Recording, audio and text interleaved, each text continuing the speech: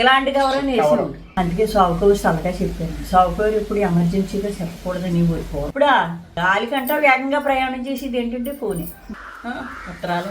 అది కార్డు ఉండేది తింటే ఎవరో పోయారని అంతకు ముందు ఇలా గుడ్లు రేపు గుడ్లు అంటే 3వ రోజుకి పక్షిణీగా ఉత్తరాలే రోజుకి తెలిసి టెలిగ్రామ్ అని ఊరు దాన్ని ఏంటో మరి. ఇప్పుడు మా అమ్మగారు పోయినప్పుడు మా పాలేరుని పంపించేది. ఫస్ట్ ఈయన ఫోన్ చేయడం, ఆయన ఫోన్ గురించి గోతుగన్నట్లాగా ఎదురు సొత్తా కూర్చుని కొయ్యటానికి కూడా ఉత్తరాలు వచ్చి ఉత్తరాలు. ఎవరైనా పోతే ఎలా తెలిసే తాతయ్య?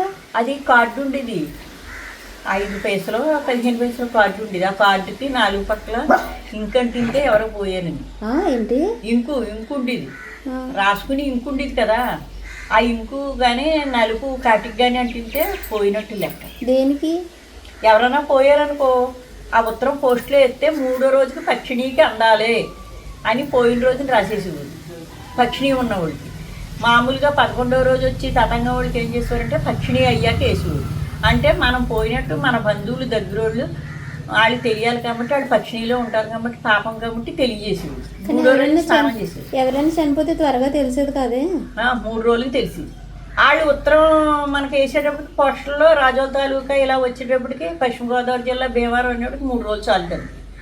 ఈ ఉత్తరాలు ఏం చేసేవారు, ఏ ఊళ్ళో ఎవరు తీసి బస్సు కాడెత్తే బస్సోడు భీమవరం తాలూకాలో అక్కడ పడేస్తే అక్కడి నుంచి ఏ ఊరోళ్ళు వాళ్ళు తెచ్చుకుని ఇళ్ళకాడ ఇచ్చేవారు. మీరు ఎప్పుడన్నా రాశారా ఉత్తరాలు అలాగా? అయ్యో ఛానళ్ళు నేను రాయడం మా పార్వతి ఎక్కువ రాసేది ఉత్తరం. ఉత్తరాలు రాస్తే అయ్యే చదువుకుంటూ ఉండేవాళ్ళు. ధైర్యంగా ఒకరికొకళ్ళు మాటలు చెప్పుకుని ఆధ్యాత్మికంగా ఇలా ఉండాలి, ఇలా చెయ్యాలి, ధైర్యంగా ఉండాక నీకు ఇన్ని కష్టాలు వచ్చినాయి ఇలాగ అలాగని ఉత్తరం రాస్తే ఆ ఉత్తరమే 4 సార్లు చదువుకున్నాను. మా పెద్ద ఉత్తరం రాసేది. ఉత్తరాలు దాసేవారు లంకలోనే తీకి చుట్టుకుని ఆ ఉత్తరాలు భద్రంగా దాన్ని గుచ్చుకునేవాళ్ళు. ఇంటి పన్ను కాగితాలు ఒకటి, కరెంటు బిల్లు, అప్పుడు కరెంట్ ఎక్కడ ఉందలే, ఈ ఉత్తరాలు దాన్ని దాచుకుని సంవత్సరానికి ఒకసారి ఆ ఉత్తరాలు శుభకార్య ఉత్తరాలు అయితే మళ్ళీ అందులో పెట్టేసేవాళ్ళు. కొన్ని మామూలు అయితే చేసేసి గోగిమంటలో వేసేసి. ఇప్పుడు పెళ్ళిళ్ళకి పిలవాలనుకోండి ఉత్తరం లేటుగా వెళ్తే రారాళ్ళే. 15 రోజుల ముందే పెళ్ళికి ఇంకెలాగా సైకిల్ మీద వచ్చి పిలిచేసేవారు. శుభకార్యాలకై ఉత్తరాలు పట్టుకొచ్చి చేస్తుంటే ఉత్తరం చదువుకోవడం. తర్వాత ఇంకా ఎమర్జెన్సీ అని తర్వాత కొన్నాళ్ళకి మా పెళ్ళైన 15 ఏళ్ళకు 20 ఏళ్ళకు వచ్చేది ఆ టెలిగ్రామ్ అని ఊరు దాన్ని ఏంటో మరి. ఆ టెలిగ్రామ్ అంటే అది 24 గంటలు అందేయాలన్నమాట, 3 రోజులకు కాదు. ఆ టెలిగ్రామ్ కూడా వచ్చి భయం వేసిపోయింది జనాలకి, ఏంటో పట్టుకొస్తున్నాడు బాబు సాగుకోరు. అది టెలిగ్రామ్ కొట్టారు అని అప్పుడు వెంటనే బయలుదేరి వెళ్ళడానికి బస్సులలో ఉండి పడవల మీద వెళ్తాం. రోజుకి 24 గంటల్లో పడవ మీద వెళ్ళేవాడు. పడవలకి చక్కగా టిక్కెట్లు ఉన్నవాడు లేనోడు అని ఉండేది కదా. అందరం అలా కూర్చుని శుభ్రంగా ఎవళ్ళే అన్నం తెచ్చుకున్నా మినపరొట్లు తెచ్చుకుని తేనెపానకం ఆ బండిలో తిని ఆ ఇంటికి వెళ్ళేప్పటికి 12 గంటలు పట్టేది.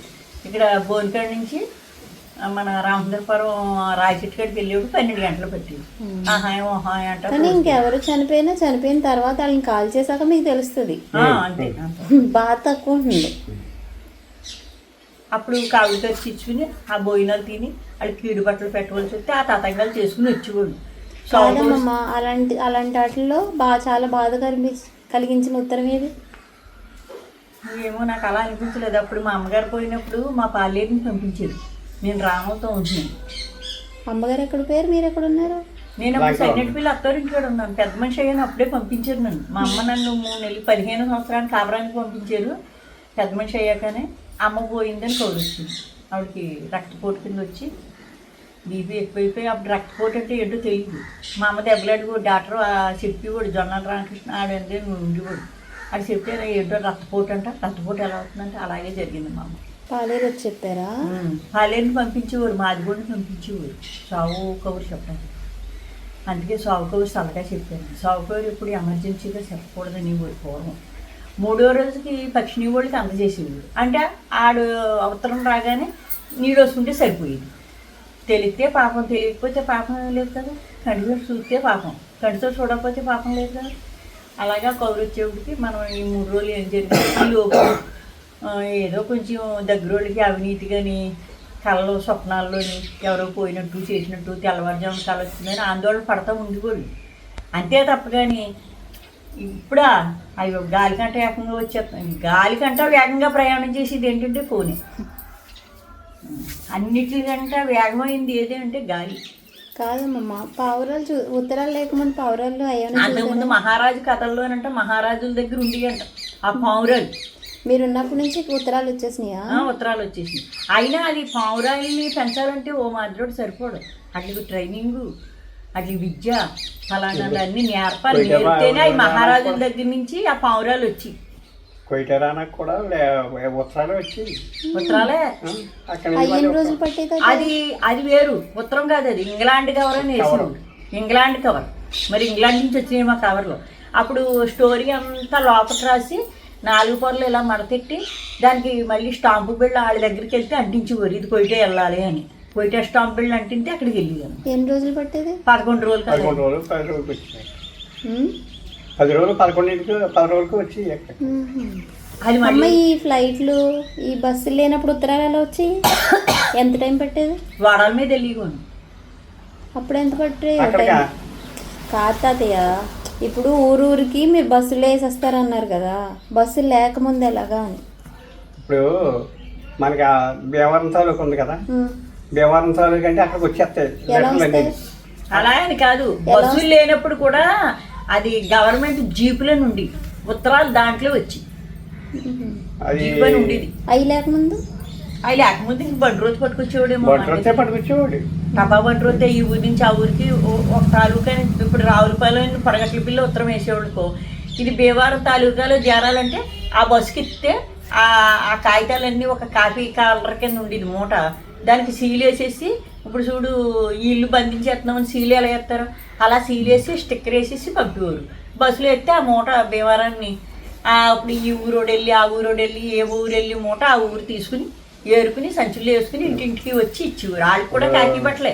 ఎంత ఉన్నాడు బండ్రోత్, ఆ బండ్రోత్ వెళ్ళి భీమవరం వెళ్ళి తెచ్చుకోవాలి. తాలూకా ఆఫీస్కి వెళ్ళి బండ్రోత్ అంటే పోస్ట్ మ్యాన్ అక్కడికి వెళ్ళి ఆయన తీసుకుని ఆ పరంగా ఎప్పటి ఏంటని చదువుకుని పట్టుకుని వచ్చి చూడు అనమాట ఇంటికి. కాదు, రక్షణ వ్యవస్థ అంతా కూడా కాకి బట్టల మీద నడిచింది.